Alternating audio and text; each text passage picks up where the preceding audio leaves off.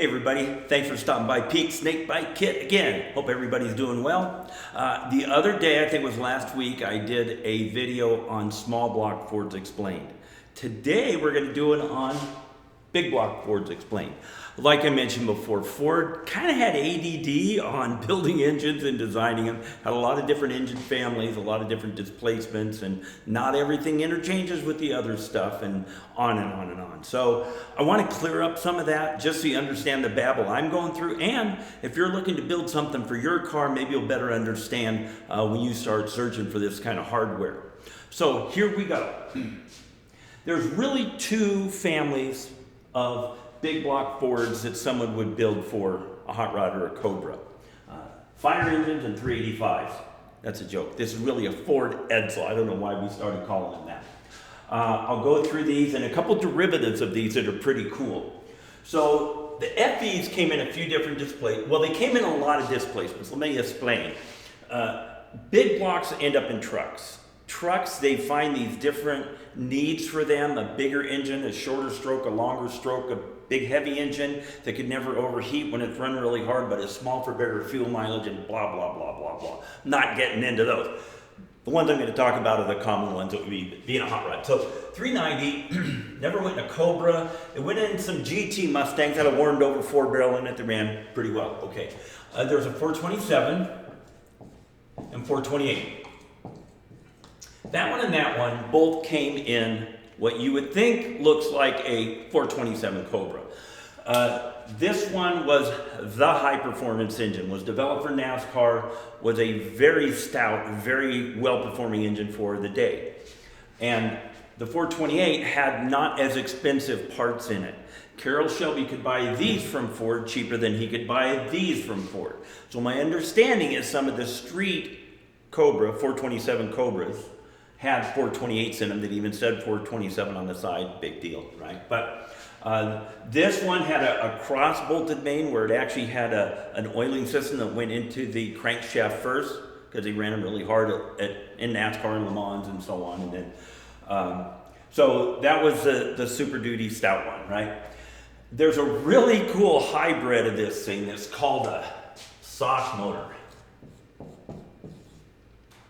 I'm going to spell it different. It's SOHC. Single overhead cam. Single cam in each head. And the idea was if we move the rocker arms and we move the push rods out of the way, we could put a giant intake port right where the push rod used to be by putting a cam over the top. This is a very exotic, very limited production. I don't think it actually came in a car. There may have been some weird special order thing. But it was used in drag racing, used in Top Fuel for a little while. They have a timing chain, if you can picture a big, V8 engine. I mean, it goes all the way around the whole thing. They're, I think, 7 or 8 feet long. I mean, they're ridiculous. I'm sure somebody makes a gear drive thing for it. They're very high revving. They can make a bunch of horsepower, but that is an exotic. If you're building one of those, it's because you don't have a budget and you want something unique. Otherwise, you're not dealing with SOHC. So these are the main ones here. 427 is what we call the engine in any Cobra nowadays, it seems like. You'll see a guy with a small block Ford in it, he says it's a 427. Maybe it's poked out to 427 and stroked and bored, but this is the real deal, the FE. Like I mentioned before, going over the different kits, if you're buying one of the more expensive, more accurate ones, the Kirkham car or the actual Shelby American continuation, I don't think I've ever seen one of those that does not have an FE. And they're usually not 427s. It's usually got a 427 piston, a 428 crank, and it's a 454 at least, or there's a lot of them that are 468s and bigger. So with these things made 450. The leaned on race versions back then may have made 500, 500 and a quarter. The ones like with a 468 that are, still drivable thing, they're like 650 horsepower. So you can make horsepower so much easier today than we could back then. Science, right? So those are them. The 385 series, that's where you would get a 429 or a 460. These things, and again, truck engine, derivatives of these, who cares? These are the ones you would build for a hot rod. Both of these are big. Both of these are big, heavy engines. And weighing in probably 200, 250 pounds more than a small block Ford. And you're putting that right on top of the front tire. That doesn't help the front to rear weight bias. I mentioned in the small block Ford video that I thought that if Carroll Shelby could have waved a magic wand, he would have put a 351 Windsor instead of a 427. He alluded to that in a video I saw a couple months ago. Anyhow, because you want a 50-50 weight distribution, and they really weren't that, especially with the monsters up front. These things are even heavier. It's a physically bigger engine. I've seen them in there. I saw one when I was at Pacific Roadster up in by Salem that had aluminum heads, studded cylinder heads, in one of those things. I thought, man, that thing's gonna be a runner, right?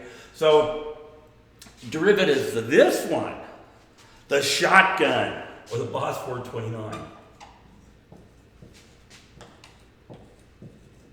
They made less than 1,000 of these Mustangs. They put this motor in. It was made for NASCAR. I think it got outlawed because it made a lot of horsepower. They came in 69. They made less than 500 cars. 70. They made a few more than 500 cars, something like that. My brother Roger had one of those. Had a 70 Boss 429. Like probably the coolest Mustang they ever made. Yeah, I wish he still had it. Yeah, he wishes he still had it. Anyway, made a bunch of money on it and sold it back then. So these are the ones. Another neat thing that happened with this one, the Boss 429 cylinder head, somewhere in the early 80s, NHRA Pro Stock, and I think IHRA followed suit, they switched rules. In the 70s and into the early 80s, it was how much your car weighs versus how many cubic inch the engine is, and they came up with how much your car could weigh because of that. And guys would, change cranks in them and make the engine a little bigger and take on a couple extra pounds if they thought it would work better that way. And it was an ongoing thing all the time. Somewhere along the line, they said, we're going to make this simple. A car weighs 2,500 pounds, has two giant Dominator carburetors on it, can be 500 cubic inches. Those are the rules. Of course, a lot of other rules to go along with that. Maybe they were lighter than 2,500 pounds, but whatever. Anyway, every Ford guy in the country was scrambling for Boss 429 heads because nobody was making them then. And I think John Causey finally came around and started making them, but they were scrambling to find these things. That zapped up every Boss 429 cylinder head that was around that anybody could use, and now they're very rare, very expensive. I hope that demystifies the big block Ford stuff. If I had an unlimited budget to put a motor in my car, I would put a 427 FE looking thing in it. It would be much, much bigger than that. Because they look pretty cool, and it's what came in there. I'm not going to that extreme personally in my car. Probably going to spend $25,000 if you're going to have one of these. It's going to make some power. That's a lot of money. You can build a pretty strong small block for $10,000 that's going to make more than 500 horsepower. So that's was a drawback to me. Hey, if you got money coming out of your ears, do one of those. They look really cool. You put any of these in the front of your Cobra, you're going to say, wow, when you drive it, you're going to love it. If you have any other questions about these cars or stuff Cobra related, Ford related, hey, put it in the comments. I'll try and do a video on it. I'm having fun doing this stuff. I hope you guys like it. Please subscribe. I'll see you on the next one.